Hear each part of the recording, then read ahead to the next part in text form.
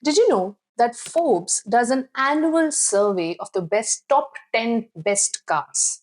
And you know which car did not make it in 2022, 2023, or 2024? Jaguar. Jaguar. Jaguar. Jaguar. Jaguar. Jaguar. Jaguar. Jaguar. Jaguar. Jaguar. Jaguar. 19th November, when they unveiled their new logo, changing it from this logo, the world went crazy. On its YouTube channel alone, that video got 2 million hits. Now, 2 million views per YouTube is no big deal. But do you know that the last video that Jaguar posted on that channel was about a year ago and it had 17,000 views? For a global car brand, I would assume 17,000 views is not a great number to have. In fact, if you look at the Google trends that have occurred for Jaguar ever since it has come into play, it is going extremely high in its 30 days, 90 days, 6 months, 12 months, any scenario that you take from Google Trends. This is one of the peaks that it has ever had.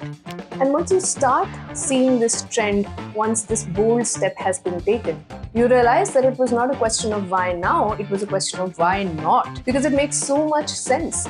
Even for a global powerhouse like Jaguar, it was somewhere down in the dumps. And this move, yet to be proven whether it's a great one or a bad one or a good luck or whatever, but this move at least jolts everything out. It refreshes, it renews, it reinvigorates people's interest in the brand. There might be so many people out there who don't even know about Jaguar, who haven't even experienced anything about the brand, forget actually going and buying the car.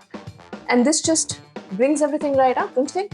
And it might make it a little easier to see how even your personal brand or your professional brand actually has this whole life cycle that they go through. There is a beginning and an end and a point at which things might be feeling a little stagnant. And that's where you can make a big, bold promise and change things up. The first stage is birth. This is when you have started to intentionally create your brand. There is a lot of drive, there is a lot of passion, and then there is a lot of sense of we are going to become something really big. But what's missing at this step is actually identifying what your niche is, identifying what your brand should stand for, identifying your why, and identifying your unique value. You have to start establishing yourself at this point in time. Think Oprah Winfrey. When she was at the beginning of her career, she started as a talk show host, but now there is a unique perspective that she has brought onto the table that no other talk show host did bring until that point in time. She has empathy and connection at the heart of her message, and that has transformed her into a global powerhouse. The second stage is growth.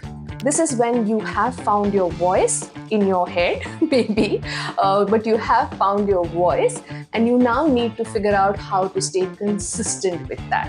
So this is about finding a clear messaging. It is about creating high value content that speaks to your audience in the way that they want you to. And it is about networking and collaborating with others in your field towards the higher end of this arc. You get to build credibility through testimonials, you bring reviews, you bring case studies. You are in a stage where your brand is spreading. A great example here is Gary Vaynerchuk. He started his YouTube video by talking about wine. And now the man talks about consistently delivering actionable insights, talks about taking action, talks about sales, has completely revamped his brand into something that is relevant for today and something that works obviously very well for him. So where you begin does not necessarily need to define your growth stage.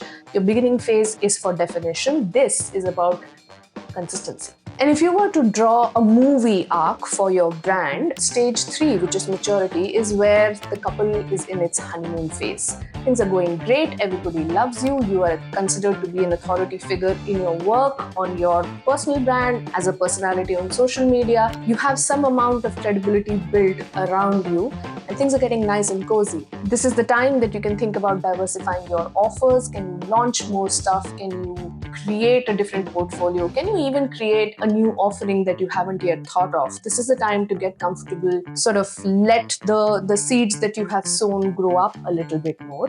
And you can keep maintaining relevance because there is so much audience that you have now engaged.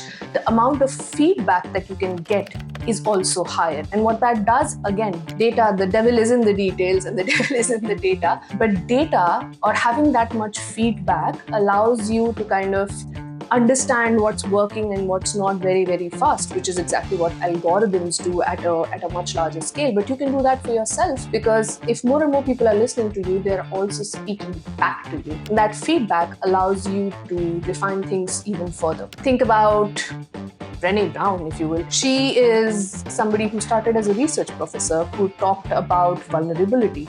It was a very, very niche area to speak about, but the way that she was able to connect with her audience and the way that she could hold their attention with the perspectives that were entirely unique to her has allowed her to become somebody who is a public figure, who carries a lot of authority with what they are saying. And so this, at the point of time where you're at the peak, this is when you need to keep innovating to stay relevant. The last stage, which might have been what Jaguar was going through, and thus those bold steps came into place, is the little plateau or the little taper down which starts to happen inevitably with your brand after it has established its success for a certain amount of time. Now, as I said earlier, the relevance that you can create for yourself will make sure that your maturity phase is as long as it can be, but there will be a point where this starts to become a little bit of a dip. The choice that you have is the arc going like this, or is the arc going like this?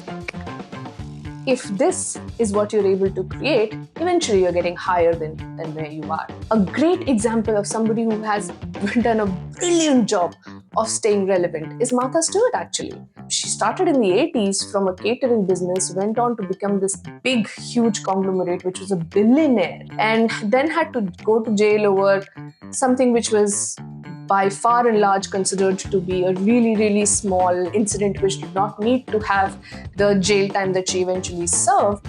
And then she came out of there and in her 80s is friends with Snoop Dogg. I mean, how cool is that? That is a brand reinvention that I could live for days.